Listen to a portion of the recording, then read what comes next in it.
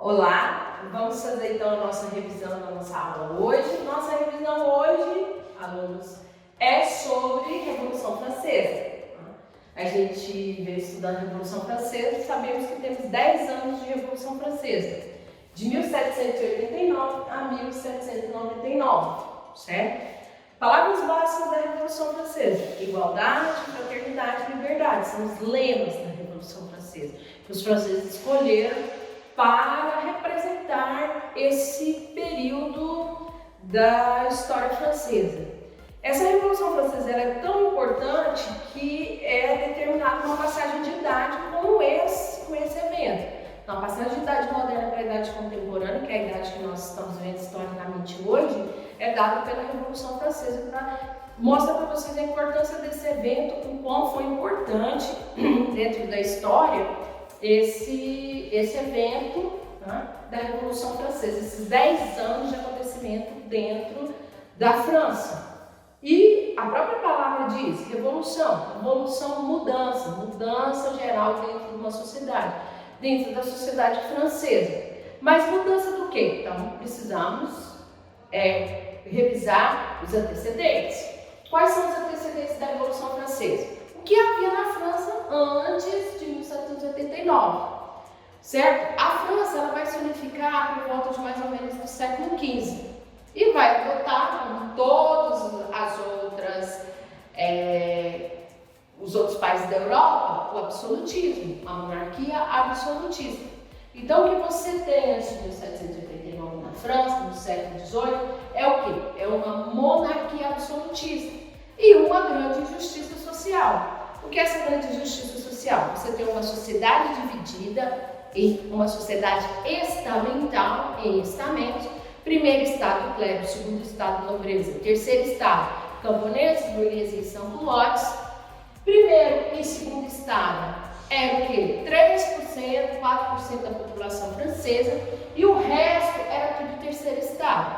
O primeiro e o segundo estado tinha privilégios, não pagavam impostos, porque eles haviam feito uma aliança com o rei e esse rei permitia esses privilégios. E o terceiro estado, que é o resto da população, que era a maioria, o que acontecia com eles? Eles pagavam todos os impostos para sustentar o primeiro, o terceiro e o segundo estado. Então, havia uma grande desigualdade social dentro da França. Uma maioria trabalhava, pagava os impostos para sustentar uma minoria, que era o primeiro e o segundo estado, que não trabalhava, era sustentado por esses impostos. Mas por que isso deu problema na França? Porque você tem 2 anos antes da Revolução Francesa, do começo da Revolução Francesa, da tomada da Bastilha, em 4 de julho, essa tomada da Bastilha, você tem o quê? 2 anos de greve, de uma crise econômica dentro da França, devido ao quê? A um período de escassez de água. Escassez de água, não há plantação, porque houve um período de seca. Sem plantação, não tem como o camponês pagar os seus impostos, então ele está passando fome também. Há um declínio do comércio francês, então os burgueses também estão sentindo essa crise econômica. Por quê? Porque o camponês não tem dinheiro para comer e também não tem dinheiro para comprar. E sem comprar, não há, como se diz, vendas no comércio. Sem vendas no comércio, os burgueses também sentem isso. E aí, o que esse terceiro estado faz, né? Devido a essa crise agrária, fome, desemprego que há dentro da França 2 anos antes da Revolução Francesa. Esse terceiro estado, a burguesia, os camponeses e os sans-culottes. Os sans-culottes são o começo dos trabalhadores da indústria que está começando a surgir na França, tá? O que eles fazem? Eles vão ao rei e pedem, né? Pede para o rei, falam: rei, vamos ver essa questão dos impostos, abaixa os impostos, porque a gente tá difícil de pagar, nós não estamos conseguindo, porque nós estamos numa crise. E o que o rei faz? Em vez de ouvir essa maioria da população, o rei decide então distribuir pão à população, porque eles dizem que estavam com fome, em vez de abaixar os impostos. A população, insuflada pelos burgueses, né, que já tinham, como se diz, um nível educacional, já tinha um estudo, vai fazer o quê? vai promover, começar a Revolução Francesa. Então eles vão aonde? Vão na Bastilha, que a Bastilha é uma cadeia dentro de Paris. Tá? Eles vão lá na Bastilha e vão tomar a Bastilha. Mas por que vai tomar uma cadeia? Porque lá nessa cadeia estavam os armamentos.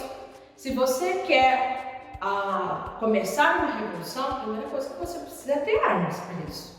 Então, evidentemente que esse terceiro estado vai fazer o quê? Vai tomar a Bastilha, 4 de julho de 1789, e começa assim a Revolução Francesa. A Revolução Francesa ela está dividida em 3 fases: primeira fase, segunda fase e terceira fase. A primeira fase, a parte que começa com a tomada da Bastilha, é a Assembleia Nacional. A segunda fase, Convenção Nacional. A terceira fase, o Diretório. E depois do fim da Revolução Francesa, nós temos o governo de Napoleão Bonaparte. E a França vai viver esse momento aí. Vamos entender essa primeira fase. Tomou-se a Bastilha, o terceiro estado foi lá, pegou as armas, voltou para o Palácio de Versalhes, em Paris, onde estava o rei, e falou: ó, rei, vamos resolver essas questões, porque agora nós temos armas, nós precisamos resolver isso. O rei decide fazer o que então? Convocar a Assembleia Nacional. A Assembleia Nacional, você tem representante dos 3 estados. Você tem representante do clero, representante da nobreza e representante da burguesia, dos camponeses que são do norte, do terceiro estado. E essa Assembleia Nacional, ela vai tentar melhorar as condições desse terceiro estado. É para isso que o rei chama a Assembleia Nacional, certo? Chama para resolver, melhorar um pouco essas questões dos impostos para esse terceiro estado, para ver se acalma a situação. Então, por enquanto, ainda você tem o rei nessa primeira fase. O rei ainda está como figura de poder, mas você também tem uma Assembleia Nacional. Então, você vai ter uma monarquia parlamentarista. O quê? Você tem o rei como poder e o parlamento.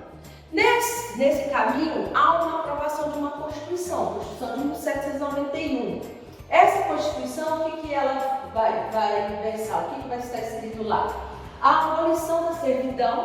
Então, não existe mais essa questão de servos, ou seja, tem que servir o Estado. Confisco dos bens da igreja, para quê? Para acabar com o poder do clero, porque o clero tinha muito poder devido a esses bens que ela tinha. Fim do dízimo obrigatório, porque o dízimo era obrigatório, porque era assim que a igreja se sustentava. É o tal do imposto. Qual é o imposto da igreja? O dízimo. A monarquia constitucional, então a partir de agora nós aceitamos o rei, mas o rei tem que obedecer à Constituição votada pela Assembleia Nacional. E o voto censitário. O que é o voto censitário? Você votava se você tivesse renda. Esse foi o problema aí nessa Assembleia Nacional que a gente vai ver para frente. E a tal da igualdade civil. Então agora todos que moram na cidade são cidadãos. E todos os cidadãos têm os mesmos direitos. Não há mais uma diferenciação de privilégios. Por exemplo, como havia antes da Revolução Francesa. O clero e a nobreza tinham privilégio porque eles eram considerados cidadãos. E o terceiro estado não tinha privilégio porque eles eram considerados cidadãos. A partir dessa Constituição de 1791, que coloca essa igualdade civil, então todos são iguais perante a lei. Então não tinha isso, por exemplo, antes era assim: se roubasse uma galinha, colocar assim, se fosse amigo do rei, você era julgado de uma forma, se você não fosse amigo do rei, você era julgado de outra forma. A partir dessa Constituição de 1791, o que você tem? Há uma lei, e a lei é para ser cumprida, não tem? Independente se você é amigo do rei, se você não é, se você é pobre, se você é rico. Então, há uma lei para ser cumprida, e essa lei vai ser cumprida independente da sua classe social. Ok, qual foi o problema aqui na Assembleia Nacional? O problema na Assembleia Nacional foi o voto. Porque o que se decidiu dentro da Assembleia Nacional? Que o voto seria por Estado. Então, seria um voto para o clero, um voto para a nobreza e um voto para a burguesia, para o terceiro Estado. Concordam comigo que se você tem a representação do voto desta forma, quem vai vencer as todas as votações, vai ser um clero e nobreza, porque eles têm mais votos. Né? Porque eles se uniram para manter seus privilégios. E o terceiro estado, que era a maioria das pessoas, o que acontece? Ele só tem um voto de representação. Então, a burguesia começa a questionar essa Assembleia Nacional e fala para o rei, mas isso não existe, porque a nobreza e o clero sempre votam juntos, eles nunca vão votar a favor do terceiro estado, para diminuir os privilégios. E aí chega e vai ter brigas dentro da Assembleia Nacional, e o que o rei decide? O rei decide fechar a Assembleia Nacional e voltar a exercer o poder absolutista. Num caminho, numa contramão totalmente diferente. Esse terceiro estado, então, vai começar a se revoltar com essa questão de fechar a Assembleia Nacional. Como que isso acontece? Aí vão questionar o rei, percebe que o rei está tentando voltar ao poder absolutista. E aí, o que acontece? Esse terceiro estado já sabe como mudar a situação, já tem armas, já entende o poder político. Eles vão se reunir, vão dizer para essa nobreza que eles não mandam mais, quem manda é esse terceiro estado, porque eles são a maioria, vão ao Palácio de Versalhes, pegam a família do rei, levam para o centro de Paris e vão guilhotinar todo mundo para pôr fim à monarquia dentro da França. Esse é a primeira fase da Revolução Francesa, no qual você tem a existência do rei, você tem a melhoria dessas questões, mais ainda o terceiro estado está sendo punido por causa desses privilégios do primeiro e do segundo estado. Então, esse terceiro estado percebe esse rei tentando trair esses acordos que foram feitos na Constituição de 1791, e aí esse terceiro estado se reúne e vão matar toda a família real francesa para nunca mais na França você ter uma monarquia formada por reis absolutistas. Tanto que após isso, após essa primeira fase, você tem a segunda fase que é a República, a terceira fase do Diretório também é a República, depois você tem Napoleão Bonaparte, depois Napoleão Bonaparte volta uma monarquia, mais uma monarquia constitucional e depois República e até hoje República na França. Por quê? Porque foram todos mortos aqui nessa época, a família real francesa. Certo? Então essa primeira fase termina com a morte da família de Luís XVI, o que se intitulava o Rei Sol da França. Então ele é morto e o que acontece? Quem vai para o poder? Quem que vai mandar agora? Nós temos a segunda fase da Revolução Francesa. Lá na época da Assembleia Nacional, esses representantes do terceiro estado eles se dividiram em girondinos e jacobinos. Jacobinos são os representantes de quem? Dos camponeses, dos sans-culottes, da média burguesia. E os girondinos são os representantes da alta burguesia. Eles se dividiram desta forma e quando você tem a passagem da primeira para a segunda fase, eles vão tomar conta do Congresso, então da Assembleia. Por quê? Porque você já não tem mais primeiro estado e nem segundo estado. Isso já foi abolido na França. Tá? Então você tem o quê? Um Congresso, uma Assembleia dividida em girondinos, jacobinos e o pântano, ou o meio, que a gente vai dizer aí. O que é a planície, como se fala? Os girondinos, que seria a direita, eles são os representantes da alta burguesia. Os jacobinos, que ficavam à esquerda do Congresso, são os representantes de quem? Dos camponeses, da baixa burguesia, dos sans-culottes, e você tem o meio, a planície. As pessoas, os que eram eleitos ficavam no meio e eles ora votavam com os girondinos, ora votavam com os jacobinos. Ok, então, guilhotinou o rei, agora vamos ter república, precisamos escolher uma pessoa que vai governar, um presidente. E o Congresso então vai votar, essa planície vota junto com os jacobinos e vão escolher o líder dos jacobinos, Robespierre. Tanto que essa segunda fase foi conhecida como a época do terror. Essa segunda fase, ela começa em 1789. 1792 e vai até 1794. 2 anos de governo do Robespierre. O que acontece? O Robespierre ele vai representar então essa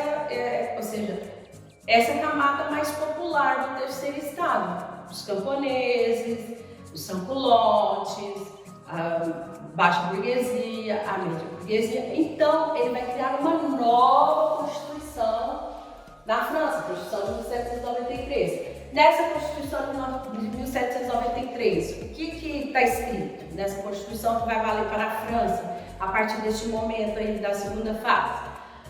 Voto universal, não mais voto censitário, então todos têm direito de votar. Educação pública para todos. Então esse formato de escola que vocês conhecem foi criado a partir daí. Então todos têm acesso à escola, então foi criado a partir dessa Constituição de 1793. Então, tentando melhorar as condições do povo. É isso que o Robespierre vai tentando.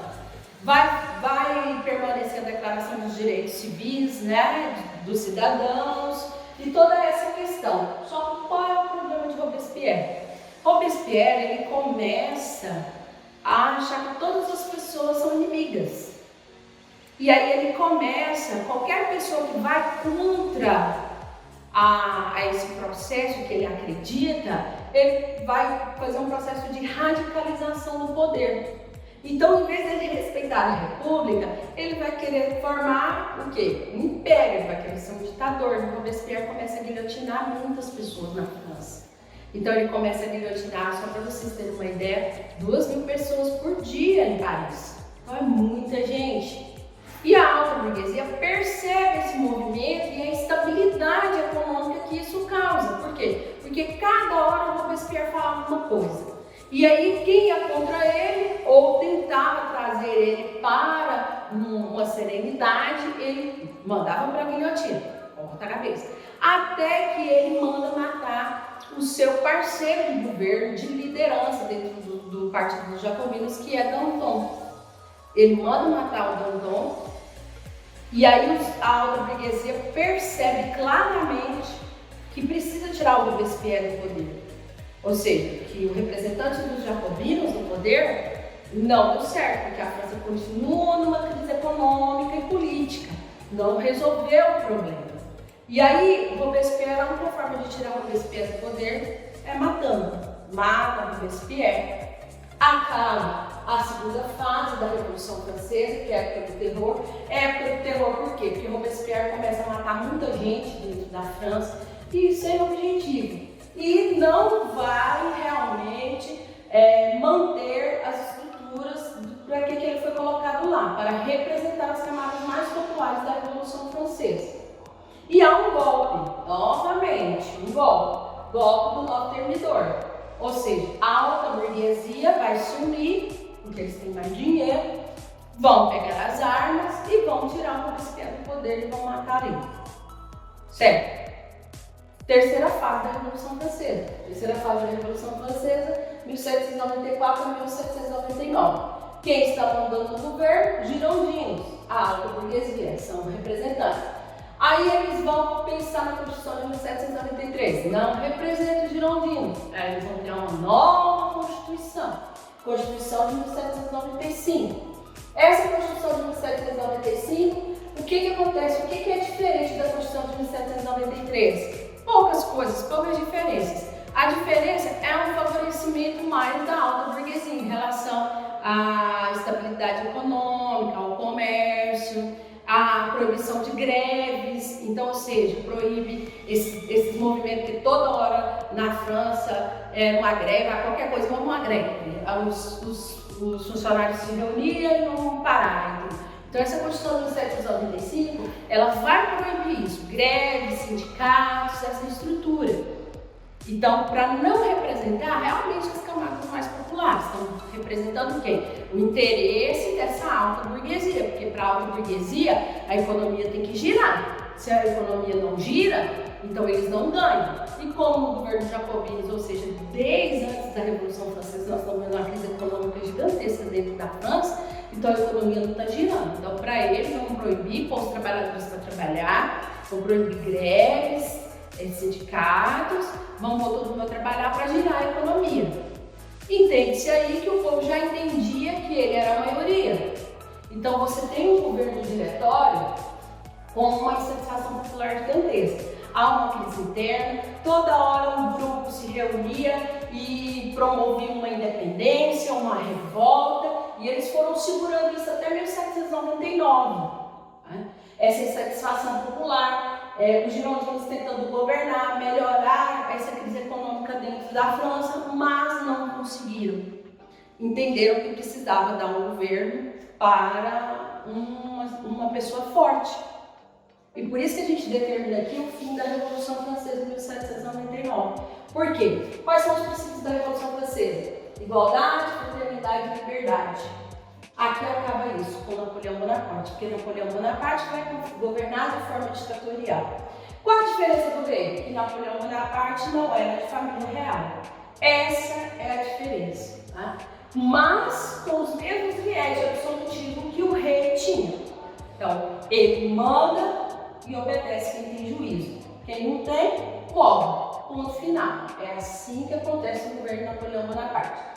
Ou seja, há uma insatisfação popular nesse finalzinho do governo. Durante todo o governo do diretório você vai ter insatisfações populares, insurreições, revoltas desses grupos, né, desses camponeses, camponeses dentro da França.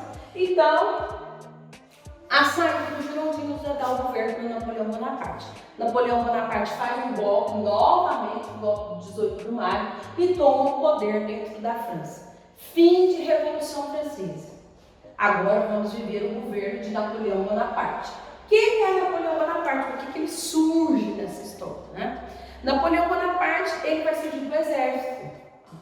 A França, todo esse período todo aqui, está envolvida em vários conflitos dentro da Europa, com a Inglaterra, com a Bélgica, então de territórios, também unificação de territórios aqui. E o que acontece? Napoleão Bonaparte é um cara que com 16 anos ele já é suboficial do exército. Então ele tem um poder dentro do exército e ele vai galgando esse poder, como vencendo batalhas. É isso que ele vai fazendo. E ele vai se tornando comandante geral do exército e o exército as forças armadas vai acreditando em Napoleão Bonaparte, apesar dele ser um homem de 1,50 m, pequenininho, a gente já viu isso na aula. E aí ele vai o quê? Com essas estratégias militares, ele vai conquistando as forças armadas. Então a importância das forças armadas aí. Por quê? Porque ele tem o apoio de quem tem as armas. Ponto final.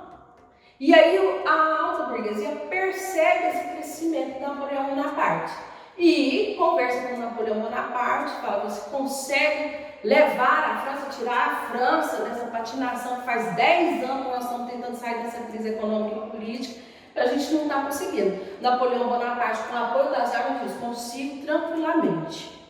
E é isso que Napoleão Bonaparte faz. Né? O seu governo é dividido em consulado, império e governo de 100 dias. O governo do consulado, em 1799 e 1804, o que Napoleão Bonaparte está fazendo? Organizando a França. Né? Porque a França ficou 10 anos numa crise econômica. Então o que ele faz? Fortalece a França economicamente. É isso que ele vai fazer. Fortalece a França economicamente para bater de frente com quem? Com a Inglaterra, que é a outra superpotência desse período. Tá? Esse período nós temos o mundo dividido em duas superpotências, França e Inglaterra. E os franceses, né, estão aí 10 anos tentando resolver essas questões. E a Inglaterra dominando o mundo. Dominando o mundo.